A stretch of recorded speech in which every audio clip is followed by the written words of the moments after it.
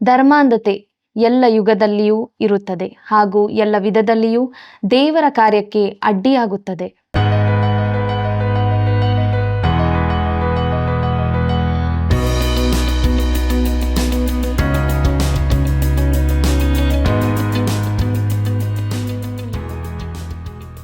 ಆತ್ಮೀಯ ಸಹೋದರ ಸಹೋದರಿಯರೇ, ಸತ್ಯವೇದ ಅಧ್ಯಯನ ಕಾರ್ಯಕ್ರಮಕ್ಕೆ ಪ್ರೀತಿಯ ಸುಸ್ವಾಗತ ಬಯಸುತ್ತೇನೆ. ಪೌಲನು ಥೆಸಲೋನಿಕದವರಿಗೆ ಬರೆದ 2ನೆಯ ಪತ್ರಿಕೆಯ ಕೊನೆಯ ಕಾರ್ಯಕ್ರಮಕ್ಕೆ ಬಂದಿದ್ದೇವೆ. ನಾವು ತಿಳಿದುಕೊಂಡ ಸತ್ಯಗಳಿಗಾಗಿ ದೇವರಿಗೆ ಸ್ತೋತ್ರ ಸಲ್ಲಿಸೋಣ. ಧರ್ಮಾಂಧತೆ ಸಭೆಯನ್ನು ಎಷ್ಟಾಗಿ ಹಾಳು ಮಾಡುತ್ತದೆ. ಒಳ್ಳೆಯದನ್ನು ಮಾಡುವುದರಲ್ಲಿ ನಾವು ಏನಾಗಿರಬೇಕು? ಕೆಲಸ ಮಾಡದವನು ಊಟ ಮಾಡಬಾರದು. ಇದರ ಸತ್ಯಗಳನ್ನು ತಿಳಿದುಕೊಳ್ಳೋಣ. ಬನ್ನಿರಿ, ನಮ್ಮ ಅಧ್ಯಯನವನ್ನು ಪ್ರಾರಂಭಿಸೋಣ.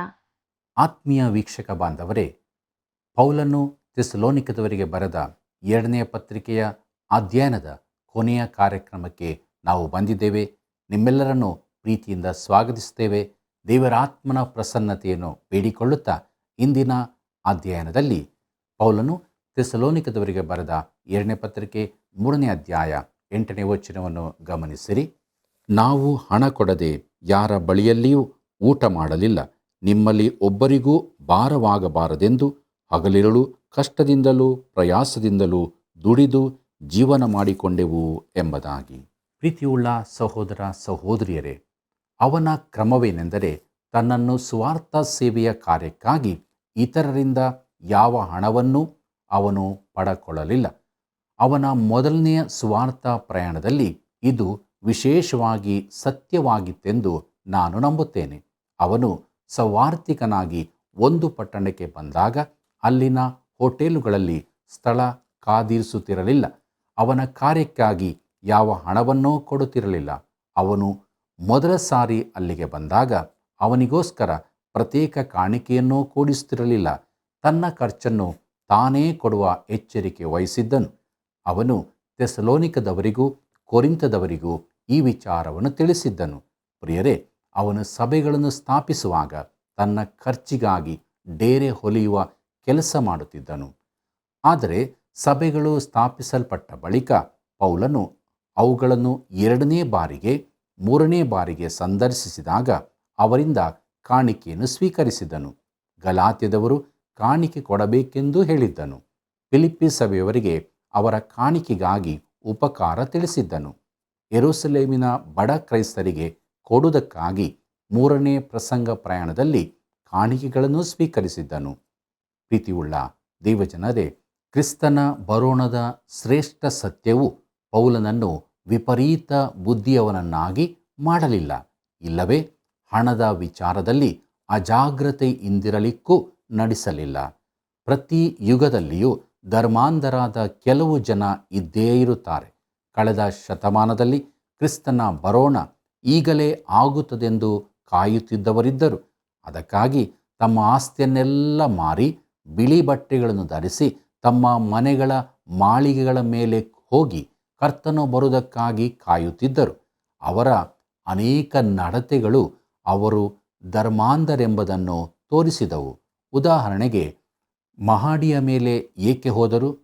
ಮಹಡಿಯಿಂದಿಳಿಯುವ ಹಾಗೆಯೇ ಕರ್ತನಿಗೆ ಮನೆಯೊಳಗಿಂದ ಕೂಡ ಅವರನ್ನು ಎಳೆಯಲು ಸಾಧ್ಯವಿರಲಿಲ್ಲವೇ? ಮಹಡಿನಿಂದ ಮೇಲಕ್ಕೇರುವುದು ಸುಲಭವಾಗುವುದಾದರೆ ಬೆಟ್ಟ ಪರ್ವತದ ತುದಿ ಒಳ್ಳೆಯದಿತ್ತಲ್ಲವೇ? ಅದಲ್ಲದೆ ಬಿಳಿ ಬಟ್ಟೆ ಯಾಕೆ ಧರಿಸಬೇಕಿತ್ತು? ನಾವು ಕರ್ತನ ಸಮ್ಮುಖಕ್ಕೆ ಬರುವಾಗ ನಮಗೆ ತಕ್ಕದಾದ ಹೊದಿಕೆಯನ್ನು ಆತನೇ ಒದಗಿಸುವನೆಂದು ನಾನು ನಂಬುತ್ತೇನೆ. ಅವರು ತಮ್ಮ ಆಸ್ತಿಗಳನ್ನೆಲ್ಲ ಮಾರಿ ಹಣವನ್ನಾಗಿ ಯಾಕೆ ಪರಿವರ್ತಿಸಿಕೊಂಡರು? ತಮ್ಮೊಂದಿಗೆ ಆ ಹಣವನ್ನು ಕೊಂಡೊಯ್ಯಬಹುದೆಂದು ನೆನೆಸಿದರೋ? ಹೀಗೆ ತಾವು ಕ್ರಿಸ್ತನ ಬರೋಣ ಬೇಗನೆ ಆಗುತ್ತದೆಂದು ನಂಬಿದ ಈ ಜನರು ವಿಚಿತ್ರವಾದ ಅರ್ಥವಿಲ್ಲದ ಕಾರ್ಯಗಳಲ್ಲಿ ತೊಡಗಿದ್ದರು. ಆದರೆ ನಿಜವೆಂದರೆ ಕ್ರಿಸ್ತನ ಬರೋಣವಲ್ಲದೆ ಆತನಿಗಾಗಿ ಇನ್ನೂ ಹೆಚ್ಚಾಗಿ ಕೆಲಸ ಮಾಡಬೇಕೆನ್ನುವ ಬೇರೆ ಬೋಧನೆಯೂ ಸತ್ಯವೇದದಲ್ಲಿರುವುದಿಲ್ಲ. ಆತನು ಬರುತ್ತಾನೆಂದು ನೀನು ನಂಬುವುದಾದರೆ ಪ್ರಿಯಮಿತ್ರನೇ, ನೀನು ಆತನಿಗಾಗಿ ಕೆಲಸ ಮಾಡುತ್ತಿ. ಆತನ ಯಾವುದಾದರೊಂದು ಸೇವೆಯಲ್ಲಿ ನೀನು ಚಟುವಟಿಕೆಯಿಂದಿರುತ್ತಿ. ಲೋಕದ ಹೊಲದಲ್ಲಿ ಆತನ ವಾಕ್ಯದ ಇನ್ನೂ ಕೆಲವು ಬೀಜಗಳನ್ನು ಬಿತ್ತು, ಆಗ ಹೆಚ್ಚಿನ ಕೊಯ್ಲು ಸಿಗುತ್ತದೆ. ಪೌಲನು ಥೆಸಲೋನಿಕದವರಿಗೆ ಬರೆದ 2ನೇ ಪತ್ರಿಕೆ 3ನೇ ಅಧ್ಯಾಯ 9ನೇ ವಚನವನ್ನು ಗಮನಿಸಿರಿ. ನಿಮ್ಮಿಂದ ಪೋಷಣೆ ಹೊಂದುವುದಕ್ಕೆ ನಮಗೆ ಹಕ್ಕಿಲ್ಲವೆಂದು ಹಾಗೆ ಮಾಡಲಿಲ್ಲ, ನೀವು ನಮ್ಮನ್ನು ಅನುಸರಿಸುವುದಕ್ಕಾಗಿ ನಿಮಗೆ ಮಾದರಿಯಾಗಿರೋಣವೆಂದೇ ಮಾಡಿದೆವು ಎಂಬುದಾಗಿ. ಪ್ರೀತಿಯುಳ್ಳ ಸಹೋದರ ಸಹೋದರಿಯರೇ, ಅವರನ್ನು ಕರ್ತನ ಬಳಿಗೆ ನಡೆಸಿ ಅವರಲ್ಲಿ ಒಂದು ಸಭೆಯನ್ನು ಸ್ಥಾಪಿಸಿದ ಅಪೊಸ್ತಲನಾದ ತನಗೆ ಅವರಿಂದ ಕಾಣಿಕೆ ತೆಗೆದುಕೊಳ್ಳುವ ಹಕ್ಕು, ಅಧಿಕಾರ ಇತ್ತು ಎಂದು ಪೌಲನು ಹೇಳುತ್ತಾನೆ. ಆದರೆ ಅವನು ಹಾಗೆ ಮಾಡಲಿಲ್ಲ. ಅವನು ಥೆಸಲೋನಿಕದ ವಿಶ್ವಾಸಿಗಳಿಗೆ ಮಾದರಿಯಾಗಬೇಕೆಂದಿದ್ದನು ಹಾಗೂ ಅವರು ಯಾವುದಾದರೂ ಧರ್ಮಾಂಧತೆಯ ಕೆಲಸ ಮಾಡಬಾರದೆಂದು ಅಪೇಕ್ಷಿಸಿದನು. ನಾನು ಸತ್ಯವೇದ ಪಾಠಗಳನ್ನು ನಡೆಸುತ್ತಿದ್ದವರಲ್ಲಿ ಒಂದು ಯುವ ದಂಪತಿಗಳು ಹೀಗೆ ಧರ್ಮಾಂಧತೆಯ ಕಡೆಗೆ ವಾಲುವಂತೆ ಕಂಡಿತು. ತಾವು ಎಲ್ಲರಿಗಿಂತ ಶ್ರೇಷ್ಠ ಭಕ್ತರೆಂದು, ಇತರರಿಗಿಂತ ಮೇಲ್ಮಟ್ಟದಲ್ಲಿದ್ದೇವೆಂದು ನೆನೆಸುತ್ತಿದ್ದರು. ಆದರೆ ಪರೀಕ್ಷೆಯಲ್ಲಿ ಯಾವಾಗಲೂ ಅವರಿಗೆ ಎ ಅಥವಾ ಡಿ ಶ್ರೇಣಿ ಸಿಗುತ್ತಿತ್ತು. ಯಾಕಂದರೆ ಅವರು ಅತಿ ಆತ್ಮಿಕರೆಂಬಂತೆ ತೋರಿಸಿಕೊಂಡರೂ ಅವರಿಗೆ ಏನೂ ಗೊತ್ತಿರಲಿಲ್ಲ.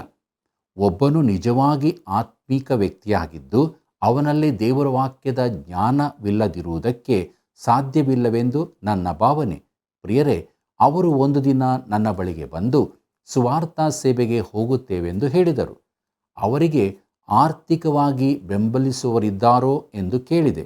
ಇಲ್ಲವೆಂದು ಹೇಳಿದರು. ನಾನಾಗ, ನೀವು ಯಾರ ಬೆಂಬಲವಿಲ್ಲದೆ ಸುವಾರ್ಥ ಸೇವೆಗೆ ಹೋಗಬೇಕೆಂದಿದ್ದೀರಾ ಎಂದು ಕೇಳಿದೆ. ಆಗ ಅವರು, ನಾವು ಕರ್ತನ ಮೇಲೆ ಭರವಸವಿಡುತ್ತೇವೆ ಎಂದರು.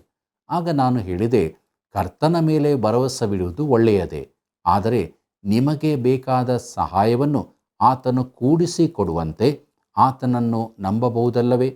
ಸಹಾಯಕ್ಕಾಗಿ ಸುವಾರ್ತಾ ಕ್ಷೇತ್ರಕ್ಕೆ ಹೋಗುವ ತನಕ ನೀವು ಕಾಯಬೇಕೋ? ಯಾವುದಾದರೊಂದು ಒಳ್ಳೆಯ ಮಿಷನ್ ಸೇವಾ ಸಂಸ್ಥೆಗಳಿಗೆ ಸೇರಿ ಅವರೊಂದಿಗೆ ಕೆಲಸ ಮಾಡಬಹುದಲ್ಲ? ಸುವಾರ್ತಾ ಕ್ಷೇತ್ರಕ್ಕೆ ಹೋಗಬೇಕೆಂದು ದೇವರು ನಿಮ್ಮನ್ನು ಕರೆದಿರುವುದಾದರೆ ಆತನು ಖಂಡಿತವಾಗಿ ನಿಮಗೆ ಬೇಕಾದ ಆಧಾರವನ್ನು ಎಬ್ಬಿಸುತ್ತಾನೆ. ಕರ್ತನು ಯಾರ ಹೃದಯದಲ್ಲಿಯಾದರೂ ನಿಮ್ಮ ಅವಶ್ಯಕತೆಯನ್ನು ಹಾಕಿ ಅವರು ನಿಮಗೆ ಆರ್ಥಿಕ ಬೆಂಬಲ ಕೊಡುವಂತೆ ಮಾಡುವನು. ಆದರೆ ಅವರು ಆ ರೀತಿ ಮಾಡುವುದಕ್ಕೆ ಇಷ್ಟಪಡಲಿಲ್ಲ. ಅವರು ತಾವು ಕರ್ತನನ್ನೇ ನಂಬುತ್ತೇವೆಂದು ಹೇಳಿದರು. ಹಾಗೆ ಅವರು ಸುವಾರ್ತಾ ಕ್ಷೇತ್ರಕ್ಕೆ ಹೋದರು. ಬಹಳ ತೊಂದರೆಗಳಿಗೆ ಸಿಲುಕಿ ಹಿಂದೆ ಬಂದರು. ಅವರನ್ನು ಹಿಂದೆ ಮನೆಗೆ ಕರೆಕೊಂಡು ಬರುವುದಕ್ಕೆ ಬೇಕಾದ ಹಣವನ್ನು ಸ್ನೇಹಿತರಿಂದ ಕೂಡಿಸಲಾಯಿತು. ಆ ಸಮಯದ ಬಳಿಕ ಅವರಿಬ್ಬರು ವಿಚ್ಛೇದನ ಪಡೆದು ಬೇರೆ ಬೇರೆಯಾಗಿ ಜೀವಿಸುತ್ತಿದ್ದಾರೆ. ಯುವತಿ ಪುನಃ ವಿವಾಹವಾದಳು. ಅವನು ತನ್ನ ನಂಬಿಕೆಯನ್ನು ಪೂರಾ ಕಳಕೊಂಡವನಾಗಿ ಹೋದನೆಂದು ಕೇಳಿದೆ. ಪ್ರಿಯರೇ, ಅವನಲ್ಲಿ ನಿಜವಾದ ನಂಬಿಕೆ ಇತ್ತೋ ಎಂಬುದೇ ನನ್ನ ಪ್ರಶ್ನೆ. ಅವರ ತೀರ್ಮಾನ ಬುದ್ಧಿಹೀನವಾದದ್ದು, ಧರ್ಮಾಂಧತೆಯಾದದ್ದು ಆಗಿತ್ತು. ಪ್ರೀತಿಯುಳ್ಳ ಸಹೋದರ ಸಹೋದರಿಯರೇ, ಪೌಲನು ಸುವಾರ್ತಾ ಸೇವೆಯನ್ನು ಬಹು ಪ್ರಾಯೋಗಿಕವಾಗಿ ಪರಿಗಣಿಸಿದ್ದಾನೆ. ಅವನು ತನ್ನ ಕೈಯಿಂದ ದುಡಿದು ತನ್ನನ್ನು ನೋಡಿಕೊಂಡನು. ಥೆಸಲೋನಿಕದ ವಿಶ್ವಾಸಿಗಳಿಗೆ ಒಂದು ಮಾದರಿಯಾದನು. ಮುಂದಿನ ವಚನದಲ್ಲಿ ಅದನ್ನು ಹೇಳುತ್ತಿದ್ದಾನೆ. ಅದೇನೆಂಬುದಾಗಿ ನೋಡೋಣ. ಪೌಲನು ಥೆಸಲೋನಿಕದವರಿಗೆ ಬರೆದ 2ನೇ ಪತ್ರಿಕೆ 3ನೇ ಅಧ್ಯಾಯ 10ನೇ ವಚನವನ್ನು ಗಮನಿಸಿರಿ. ಇದಲ್ಲದೆ ನಾವು ನಿಮ್ಮ ಸಂಗಡ ಇದ್ದಾಗ ಕೆಲಸ ಮಾಡಲೊಲ್ಲದವನು ಊಟ ಮಾಡಬಾರದೆಂದು ನಿಮಗೆ ಆಜ್ಞಾಪಿಸಿದ್ದೇವಷ್ಟೇ ಎಂಬುದಾಗಿ. ಪ್ರೀತಿಯುಳ್ಳ ಸಹೋದರ ಸಹೋದರಿಯರೇ, ಕರ್ತನ ಬರೋಣವನ್ನು ಎದುರು ನೋಡುತ್ತಿರುವ ವಿಶ್ವಾಸಿಯು ಕನಸು ಕಾಣುವವನಲ್ಲ, ಅವನು ಕೆಲಸ ಮಾಡುವವನು. ಕೆಲಸ ಮಾಡದಿದ್ದರೆ ಊಟ ಮಾಡಬಾರದು. ಅಪೊಸ್ತಲ ಪೌಲನು ಹಾಕಿದ ನಿಯಮ ಇದೇ ಆಗಿದೆ. ಕೆಲಸ ಮಾಡಲೊಲ್ಲದವನು ಊಟ ಮಾಡಬಾರದು. ಈ ವಿಚಾರದಲ್ಲಿ ಜನರು ಹೇಗೆ ಧರ್ಮಾಂಧರಾಗಿ ನಡೆಯುತ್ತಾರೆಂಬುದು ಆಶ್ಚರ್ಯದ ಸಂಗತಿಯಾಗಿದೆ. ಮೂಡಿ ಬೈಬಲ್ ಸಂಸ್ಥೆಯ ಮುಖ್ಯಸ್ಥರು ಸುಮಾರು 50 ವರ್ಷಗಳ ಹಿಂದೆ ನಡೆದ ಒಂದು ಘಟನೆಯನ್ನು ಈ ರೀತಿಯಾಗಿ ಹೇಳಿದರು. ಏನೆಂದರೆ, ಇಬ್ಬರು ಯೌವನಸ್ಥರು ಒಂದೇ ಕೋಣೆಯಲ್ಲಿ ವಾಸಿಸುತ್ತಿದ್ದು ತಾವು ಪೂರ್ಣವಾಗಿ ಪರಿಶುದ್ಧರೆಂದು ಯೋಚಿಸುವವರಾಗಿದ್ದರು. ಒಂದು ದಿನ ಅವರು ಊಟದ ಕೋಣೆಯಲ್ಲಿ ಬೆಳಗಿನ ಉಪಹಾರಕ್ಕಾಗಿ ಬಂದಿರಲಿಲ್ಲ. ಮಧ್ಯಾಹ್ನದ ಊಟಕ್ಕೂ ರಾತ್ರಿಯ ಊಟಕ್ಕೂ ಬರಲಿಲ್ಲ. ಏನೂ ಸಮಸ್ಯೆಯಾಗಿದೆ ಎಂದು ನೋಡಲು ಡೀನ್ ಅವರ ಬಳಿಗೆ ಹೋದರು. ಅವರು ಸುಮ್ಮನೇ ಕುಳಿತಿದ್ದು ಆಕಾಶದ ಕಡೆಗೆ ನೋಡುತ್ತಿದ್ದರು. ಅವರ ಆರೋಗ್ಯ ಸರಿಯಿಲ್ಲವೋ ಎಂದು ಡೀನ್ ಕೇಳಿದಾಗ, ಇಲ್ಲ, ಸೌಖ್ಯವಾಗಿದ್ದೇವೆ ಎಂದರು. ಹಾಗಾದರೆ ನೀವು ಊಟಕ್ಕೆ ಯಾಕೆ ಬರಲಿಲ್ಲ ಎಂದು ಕೇಳಿದಾಗ ಅವರು, ನಾವು ಕರ್ತನನ್ನು ನಂಬಿದ್ದೇವೆ, ನಾವು ಊಟ ಮಾಡಲು ಹೋಗಬೇಕೋ ಬೇಡವೋ ಎಂಬುದಾಗಿ ಆತನು ಹೇಳುವುದನ್ನೇ ಕಾಯುತ್ತಿದ್ದೇವೆ ಎಂದರು. ನಿಮಗೆ ಹಸಿವೆಯಾಗುತ್ತಿದೆಯೋ ಎಂದಾಗ ಹೌದು ಎಂದರು. ಹಾಗಾದರೆ ನೀವು ಕೆಳಕ್ಕೆ ಹೋಗಿ ಊಟ ಮಾಡಬೇಕೆಂಬುದನ್ನು ದೇವರು ತಿಳಿಸುವ ಒಂದು ವಿಧಾನ ಇದಾಗಿರಬಹುದಲ್ಲವೇ ಎಂದಾಗ, ಇಲ್ಲ, ನಾವು ಆತನಿಂದ ವಿಶೇಷ ಪ್ರಕಟಣೆಯನ್ನು ಎದುರು ನೋಡುತ್ತಿದ್ದೇವೆ, ಅಲ್ಲಿಯವರೆಗೆ ನಾವು ಅಲ್ಲಾಡುವುದಿಲ್ಲ ಎಂದರು. ಆಗ ಡೀನ್ ಹೇಳಿದರು, ನಿಮಗೆ ಒಂದು ವರ್ತಮಾನ ಹೇಳುತ್ತೇನೆ. ನೀವು ಇಲ್ಲಿಂದ ಹೋಗುತ್ತೀರಿ, ಆದರೆ ಕೆಳಗೆ ಊಟದ ಕೋಣೆಗಲ್ಲ, ಈ ಸಂಸ್ಥೆಯಿಂದಲೇ ಹೊರಗೆ. ನೀವು ಇಲ್ಲಿರಲು ಸಾಧ್ಯವಿಲ್ಲ. ಈ ರೀತಿಯ ಮತಾಂಧತೆಗೆ ಅವಕಾಶವಿಲ್ಲ ಎಂದು. ಪ್ರೀತಿಯುಳ್ಳ ದೇವಜನರೇ, ಈ ದಿನಗಳಲ್ಲಿ ಪ್ರವಾದನೆಗಳ ವಿಚಾರದಲ್ಲಿ ಒಂದು ವಿಧದ ಮತಾಂಧತೆಯನ್ನು ಕಾಣುತ್ತೇವೆ. ಈ ಪತ್ರಿಕೆ ಪ್ರವಾದನೆಯ ಕುರಿತು ತಿಳಿಸುವುದಾದರೂ ಅದಕ್ಕಿಂತ ಹೆಚ್ಚಿನ ಭಾಗವು ಪ್ರಾಯೋಗಿಕ ಕ್ರೈಸ್ತ ಜೀವಿತದ ಕುರಿತಾಗಿದೆ. ಕ್ರಿಸ್ತನು ತನ್ನ ಸಭೆಗಾಗಿ ಬರುವ ಮಹಾಸತ್ಯದ ಪ್ರಾಯೋಗಿಕ ಭಾಗಕ್ಕೆ ಪೌಲನು ಒತ್ತು ಕೊಟ್ಟಿದ್ದಾನೆ. ಪ್ರವಾದನೆಗಳ ಕುರಿತು ಮತಾಂಧರಾಗುವುದು ಒಂದು ಸಂಗತಿಯಾದರೆ, ಪ್ರವಾದನೆಯ ಸತ್ಯವನ್ನು ತಿಳಿದುಕೊಂಡು ಇಹಲೋಕದ ನಮ್ಮ ಜೀವಿತದಲ್ಲಿ ಅದನ್ನು ಪ್ರಾಯೋಗಿಕವಾಗಿಯೂ ಕಾರ್ಯಸಾಧಕವಾಗಿಯೂ ಮಾಡಿಕೊಳ್ಳುವುದು ಇನ್ನೊಂದು ಸಂಗತಿಯಾಗಿದೆ. ಪ್ರೀತಿಯುಳ್ಳ ಸಹೋದರ ಸಹೋದರಿಯರೇ, ನಾವು ಕಾಯುತ್ತಾ ಇರುವಂತೆಯೇ ಕೆಲಸ ಮಾಡುತ್ತಲೂ ಇರಬೇಕಾಗಿದೆ. ಇಟಲಿಯಲ್ಲಿನ ಒಂದು ದೊಡ್ಡ ಎಸ್ಟೇಟಿನ ತೋಟಗಾರನು ಒಬ್ಬ ಅತಿಥಿಯನ್ನು ಅಲ್ಲಿನ ದೊಡ್ಡ ಮಹಲು ಹಾಗೂ ಚೆನ್ನಾಗಿ ಇಟ್ಟುಕೊಂಡ ಸುತ್ತಲಿನ ಪ್ರದೇಶಕ್ಕೆ ತೋರಿಸಲು ಕರೆದುಕೊಂಡು ಹೋದನು. ಆ ತೋಟಗಾರ ಹಾಗೂ ಅವನ ಪತ್ನಿಯೊಂದಿಗೆ ಈ ಸಂದರ್ಶಕನು ಊಟಕ್ಕೆ ಕೂತಿದ್ದಾಗ ಅವರು ಆ ತೋಟವನ್ನು ಅಂದವಾಗಿ ಇಟ್ಟುಕೊಂಡದಕ್ಕಾಗಿ ಅವರನ್ನು ಶ್ಲಾಘಿಸಿದನು. ಅಂದಹಾಗೆ ಯಜಮಾನನು ಯಾವಾಗ ಕೊನೆ ಸಾರಿ ಬಂದಿದ್ದ ಎಂದು ಸಂದರ್ಶಕನು ಅವರನ್ನು ಕೇಳಿದನು. ಸುಮಾರು 10 ವರ್ಷಗಳ ಹಿಂದೆ. ಹಾಗಾದರೆ ನೀನು ತೋಟವನ್ನು ಯಾಕೆ ಇಷ್ಟು ಚೆಂದವಾಗಿ ಇಟ್ಟುಕೊಳ್ಳುತ್ತೀ ಎಂದನು. ಆಗ ತೋಟಗಾರನು ಯಜಮಾನನ ಬರುವಿಕೆಗೆ ಸಿದ್ಧನಾಗಿರುವುದಕ್ಕೆ ಅಂದನು. ಅವನು ಬರುವ ವಾರ ಬರುತ್ತಾನೋ ಗೊತ್ತಿಲ್ಲ, ಇವತ್ತು ಬೇಕಾದರೂ ಬರಬಹುದು. ಆ ದಣಿಯು ಅಂದೇ ಬಾರದಿದ್ದರೂ ತೋಟಗಾರನು ಅವನ ಬರುವಿಕೆಗಾಗಿ ಸಿದ್ಧನಾಗಿಯೇ ಇದ್ದನು. ಆ ತೋಟಗಾರನು ಯಜಮಾನನ ಬರುವಿಕೆಗಾಗಿ ಆಗಾಗ ಗೇಟಿನ ಬಳಿ ಹೋಗಿ ಇಣುಕುತ್ತಾ ದಾರಿ ನೋಡುತ್ತಾ ಇರಲಿಲ್ಲ. ಆದರೆ ಅವನು ತೋಟದಲ್ಲಿ ತನ್ನ ಎಂದಿನ ಕೆಲಸಗಳಲ್ಲೇ ತೊಡಗಿದ್ದನು. ಗಿಡಗಳ ಆರೈಕೆ ಮಾಡುತ್ತಾ ತುಂಬ ಚಟುವಟಿಕೆಯಿಂದಿದ್ದನು. ಪ್ರಿಯರೇ, ಕ್ರಿಸ್ತನ ಬರೋಣವನ್ನು ದೃಷ್ಟಿಯಲ್ಲಿಟ್ಟುಕೊಂಡು ನಾವು ಕರ್ತನ ಕಾರ್ಯದಲ್ಲಿ ತೊಡಗಿರಬೇಕೆಂಬ ಪೌಲನ ಮಾತಿನ ಅರ್ಥ ಇದೆ. ಕೆಲಸ ಮಾಡಲೊಲ್ಲದವನು ಊಟ ಮಾಡಬಾರದು ಎಂಬುದಾಗಿ ನೋಡುವಾಗ, ಥೆಸಲೋನಿಕದಲ್ಲಿಯೂ ಕೆಲವು ಮತಾಂಧರು ಯಾವ ಕೆಲಸವನ್ನೂ ಮಾಡದೆ ತಾವು ಕರ್ತನ ಬರೋಣಕ್ಕಾಗಿ ಕಾದಿರುವವರು ಎಂದು ಹೇಳಿಕೊಳ್ಳುತ್ತಿದ್ದರು. ಪೌಲನು ಹೇಳುತ್ತಾನೆ, ಅವರಿಗೆ ಊಟ ಕೊಡಬೇಡಿರಿ, ಅವರು ತಾವಾಗಿಯೇ ದುಡಿಯಲಿ ಎಂಬುದಾಗಿ. ಮುಂದಕ್ಕೆ ನೋಡೋಣ. ಪೌಲನು ಥೆಸಲೋನಿಕದವರಿಗೆ ಬರೆದ 2ನೇ ಪತ್ರಿಕೆ 3ನೇ ಅಧ್ಯಾಯ 11ನೇ ವಚನವನ್ನು, ಆದರೆ ನಿಮ್ಮಲ್ಲಿ ಕೆಲವರು ಯಾವ ಕೆಲಸವನ್ನೂ ಮಾಡದೆ ಇತರರ ಕೆಲಸದಲ್ಲಿ ಮಾತ್ರ ತಲೆ ಹಾಕಿ ಅಕ್ರಮವಾಗಿ ನಡೆಯುತ್ತಾರೆಂದು ವರ್ತಮಾನ ಕೇಳಿದ್ದೇವೆ ಎಂಬುದಾಗಿ. ಪ್ರೀತಿಯುಳ್ಳ ದೇವಜನರೇ, ನಿಜ ಪರಿಸ್ಥಿತಿ ಏನೆಂದು ಇಲ್ಲಿ ತಿಳಿಸಲ್ಪಟ್ಟಿದೆ. ಕೆಲವರು ಯಾವ ಪ್ರಯೋಜನಕರವಾದ ಕೆಲಸವನ್ನೂ ಮಾಡದೇ ಇದ್ದರು. ದೇವರ ವಾಕ್ಯ ಪ್ರಸಾರದಲ್ಲಿ ಅವರಿಗೆ ಆಸಕ್ತಿ ಇರಲಿಲ್ಲ, ಆದರೆ ತುಂಬ ಕೆಲಸವಿದ್ದವರಂತೆ ತೋರಿಸಿಕೊಳ್ಳುತ್ತಿದ್ದರು. ಆದರೆ ನಿಜವಾಗಿ ನೋಡಿದರೆ ಇತರರಿಗೆ ಅಡ್ಡಿಯಾಗಿಯೇ ಇದ್ದರು. ಮಾತ್ರವಲ್ಲದೆ ಸಭೆಯಲ್ಲೂ ತೊಂದರೆಯನ್ನೆಬ್ಬಿಸುತ್ತಿದ್ದರು. ಒಂದು ಕೆಟ್ಟ ಹಣ್ಣು ಇಡೀ ಹಣ್ಣಿನ ಬುಟ್ಟಿಯನ್ನು ಕೆಡಿಸುವಂತೆ ಒಬ್ಬ ಧರ್ಮಾಂಧನಿಂದಾಗಿ ಸಭೆಯಲ್ಲಿನ ಅನೇಕರ ಆತ್ಮಿಕ ಜೀವಿತವು ಹಾಳಾಗುತ್ತದೆ. ಆದ್ದರಿಂದಲೇ ಪೌಲನು ಮೂರ್ಖರಾದ ದುಷ್ಟ ಜನರಿಂದ ದೂರವಿರಬೇಕೆಂದು ಹೇಳಿದ್ದು. ಅವನು ಇಂಥವರನ್ನು ಮನಸ್ಸಿನಲ್ಲಿಟ್ಟುಕೊಂಡೇ ಹೇಳಿರಬೇಕು. ಅವರು ಗೆದ್ದಲುಗಳಂತೆ ತುಂಬ ಚಟುವಟಿಕೆಯಲ್ಲಿರುತ್ತಿದ್ದರು. ಆದರೆ ಅದೇ ರೀತಿ ಥೆಸಲೋನಿಕ ಸಭೆಗೆ ಹಾನಿಕರವಾಗಿದ್ದರು. ಮುಂದಕ್ಕೆ ನೋಡೋಣ.